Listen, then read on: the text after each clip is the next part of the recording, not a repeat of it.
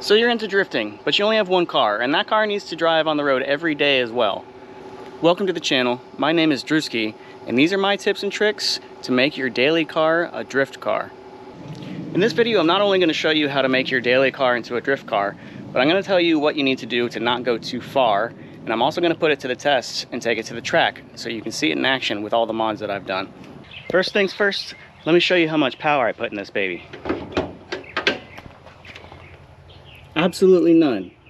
This is a bone stock 2JZ. You don't need power to start drifting, so focus other areas. I can't take no loss. I don't even know what it costs. I hit the ground and it go off. Yeah, hit the ground and it go off. Yeah, I can't take no loss. I don't even know what it costs. Yeah, I hit the ground and it go off. Yeah, hit the ground and it go off. Yeah, run it. Ooh, I really feel it's my time. Think it's my year. Yeah. I really feel it's my time. Think it's my year. Yeah. I really feel it's my time. Think it's my year. I really feel it's my time, think it's my year. Now for the most part, this car is super solid, but I haven't really had a chance to drift it at all yet, at least not on a track. So I don't know how it performs under, full RPM load after multiple laps, yanking the hydro a few times, and really putting it to the test. So before I sell this thing, I really want to test it out and make sure that whoever I sell it to gets a solid drift car and things don't start breaking right away. With that being said, there are 240,000 miles on this car, but it has been well taken care of, and it is the original motor. So people say high mileage cars are, you can think they're about to break or whatever, but the truth is they've proven themselves for a long time. So far, this car is super dependable. It was daily before I got it. I've been dailying it for a little bit now, but I want to put it to the test and take it to the track, because ultimately that's what I'm selling, is a drift car. I've done all the mods that I think make this car a quality daily drifter. And I want to make sure that not only did I do everything correctly, but that I made the right choices in parts so that it performs the best of it as it can with a stock 2J with no turbo. Having a daily that you drift is very difficult to build, mostly because you can go way too far, way too quick. Throwing a massive amount of angle with a huge angle kit that replaces the whole suspension is probably not the best choice for a daily drifter, because it's going to be impossible to drive on the road. A lot of people say don't do solid subframe bushings because it'll be too stiff, but I also put softer springs in the rear, so that kind of counteracted, and I'll tell you, this car actually is very, very smooth on the road, despite how low it is and how much camber I am actually running to get the proper fitment with these wheels. I was pleasantly surprised when I first took it out to go get it aligned, and it just felt like a normal morning commute. It was actually a pleasant sort of drive. The real question now at this point is, will it perform on the track? Which is what we're getting ready for right now. Just put gas in it, gonna load it up on the trailer, put some drift spares on it with some other tires so that I can go test it out and make sure it holds up. Hopefully I won't have any issues, but the things I'm gonna look out for are overheating, since it's a stock radiator, stock 2J, but it's also not a turbo, not putting out a whole lot of power, so it shouldn't really push that limit too much. I'm also on somewhat skinnier tires. I'm running 235s or 245s, so I shouldn't be using the clutch too much in order to break them loose. I'll probably still have to clutch kick, but I won't be putting a massive amount of strain on the slave cylinder or the master or anything. I actually installed this really cool head unit from ATOTO. You can get these on Amazon. And it allows you, it's just an Android operating system, so it's got your wireless CarPlay and a bunch of other apps you can download. But I also downloaded Torque, which connects to an OBD2 reader, and it gives me gauges in real time. Now, there's a huge delay, so it's not anything that's going to be reflected like instantaneous. If I rev it up and the RPMs is kind of delayed. However, it is going to tell me, what my coolant is going to get to. It's going to allow me to get all the metrics that I want to see to make sure that everything's performing properly. The manifold pressure, even though I'm not running any boost, just to make sure there's no vacuum leaks. I'm going to be able to see how much throttle I'm putting out at what RPM, make sure there's no loss there. The intake temperature in the engine bay, the coolant temperature, oil temperature, and basically any of the factory sensors will come through to here on the OBD2 reader without me having to run a computer in the car. I can also start logging from the settings menu so that I don't have to watch them while I'm drifting. I can start logging and see later on whether some sort of data spiked somewhere, or if I'm having issues, I can go back and see what was going on when the issues were occurring. Now there are a few other things that you need to consider when building a daily drift car.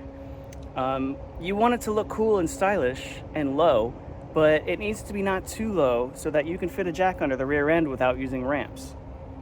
And as you can see, that's exactly what I've done here.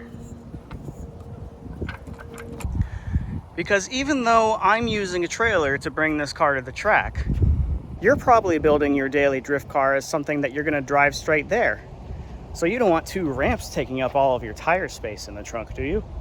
Not to mention all the tools you're going to have to bring with you. Now today I'm putting my drift spares on before going to the track, and these are only 235 wide, but they are scrubs off of the front of my Corvette. These were my steer tires on the Corvette that I put on a different wheel.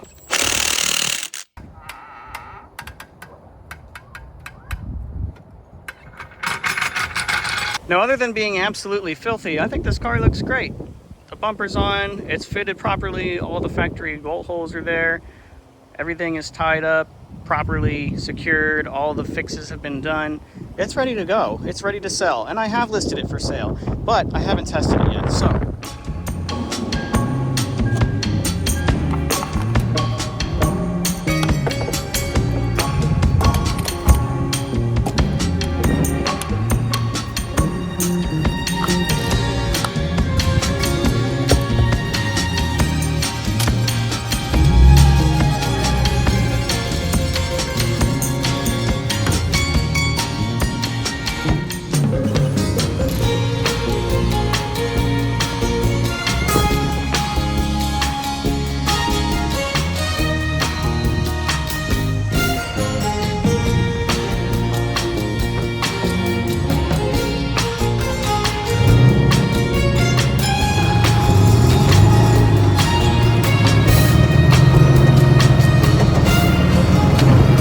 Now there are definitely a few other things that you want in a daily drift car.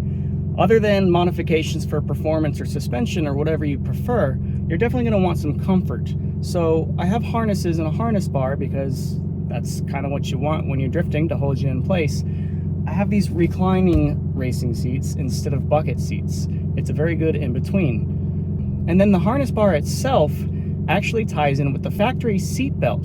So I have this factory seat belt that I can throw on when I'm driving on the main road, and then the harnesses that I can use at the track. And that prevents me from getting a ticket. Now obviously every state is different, but I live in Florida, one of the most lenient road rule states in terms of modifications on vehicles and such. And there is a rule, if a police officer pulls you over and you're not wearing a factory lap belt, you can get a ticket for it.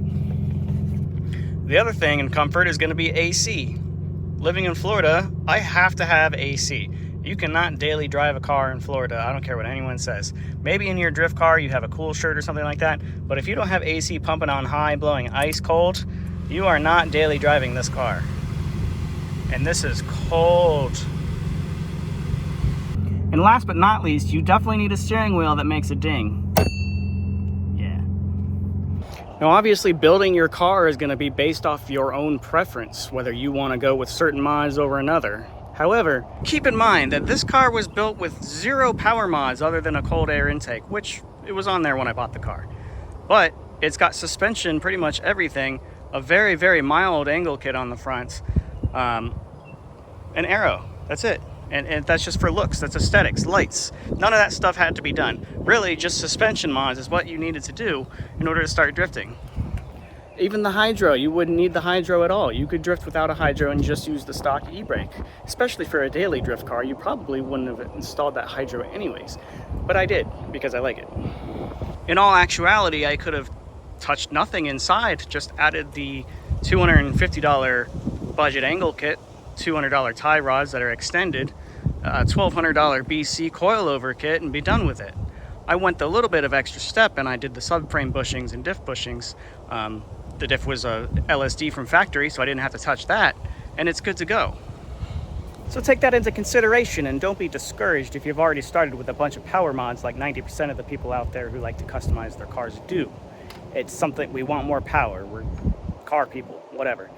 But this should prove to you that that's not as important in regards to drifting, at least not when starting off. Down the road, if I were keeping this car and driving it, I would ideally take all of the camber out of the rear. Actually might add a little more positive camber if I'm trying to grip up, because I have 6K springs in the back, which makes this back a lot softer when drifting, so it actually squats down and helps me grip up. Tuning your suspension that you already have is a great way to increase your mechanical grip, as opposed to adding more power or just widening your tire, thinking that that's going to make you faster. But in drifting, you get your speed out of tuning your car to have that grip. Yes, you can air down and make a larger tire on there, but there are other things you can do mechanically to get that grip in addition to that increase in tire size or whatnot, or instead of. Without further ado, let's take it to the track and see how it does.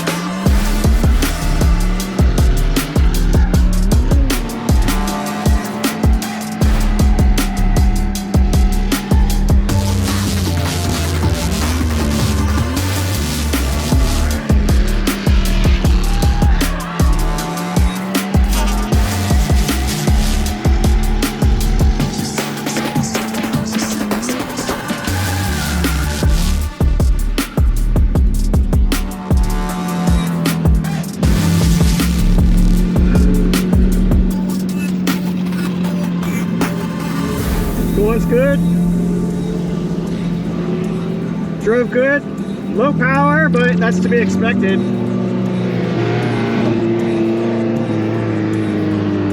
He was behind me. I had to cut it really short because it was just bogging in second. I don't really want to have to shift into first, so I'm just gonna clutch kick more in second.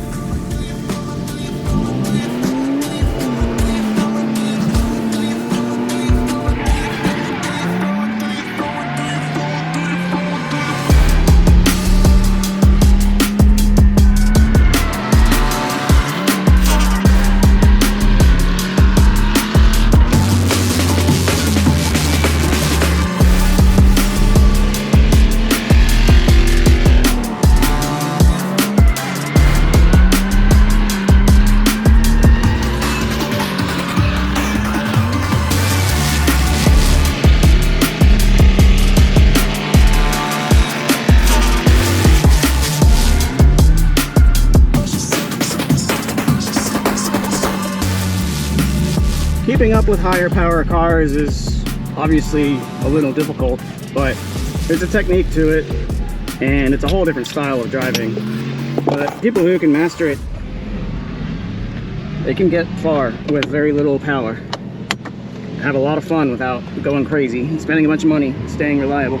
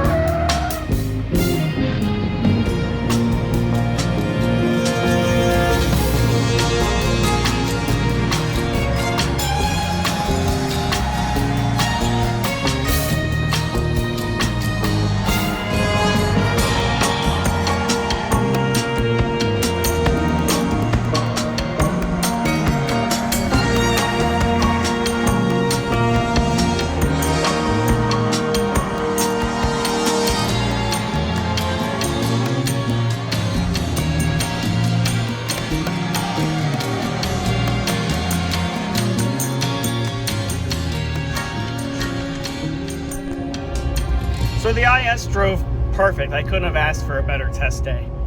Everything stayed super cool. Car ran great. Motor didn't have any issues. It was as grippy as I could get it with the horsepower that it has, being a stock 2J with no turbo.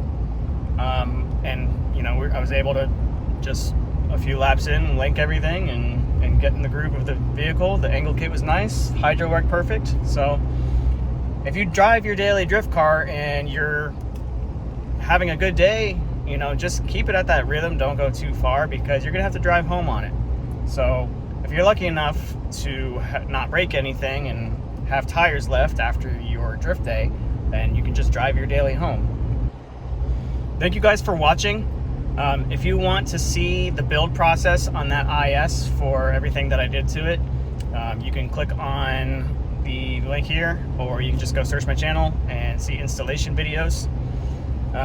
If you have any questions about how you should prepare for drifting your daily car, maybe you're inexperienced and you want to try it out and you don't really know exactly what to do and you don't want to forget anything, feel free to ask. Hit me in the comments. I'm happy to answer any questions.